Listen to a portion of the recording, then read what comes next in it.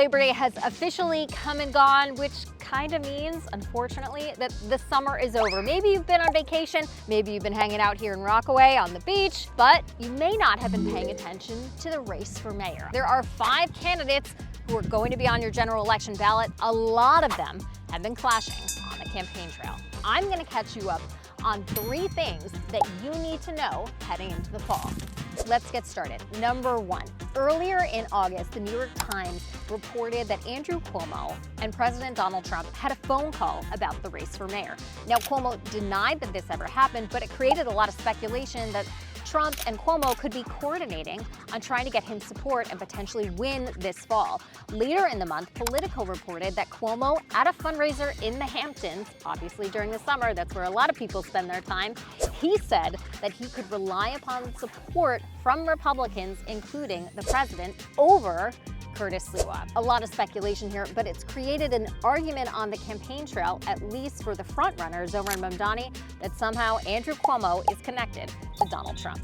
Speaking of Zohran Mamdani, he has frontrunner status in the race for mayor, which means he's been a target of many of his rivals on the campaign trail, which leads us to our second topic. Earlier this month, Mamdani was attacked by Cuomo and Adams for having a rent-stabilized apartment in Astoria. He pays $2,300 a month, and Cuomo and Adams say that Mamdani is allegedly too wealthy to have that kind of rent-stabilized apartment. Cuomo and Adams have also been attacking Mamdani for support of legislation he had a couple of years ago that would decriminalize sex work here in the 5 boroughs. It's created some controversy on the campaign trail, despite the fact that this piece of legislation probably isn't going anywhere. Nonetheless, Cuomo and Adams are using it to try to take Mamdani down. Now, not surprisingly, Mayor Eric Adams is creating his own controversy on the campaign trail, and that's because his former chief advisor, Ingrid Lewis-Martin, was charged in 4 indictments by the Manhattan District Attorney's Office. She's charged with conspiracy and bribery, essentially pushing forward certain city projects or killing others to line her own pockets.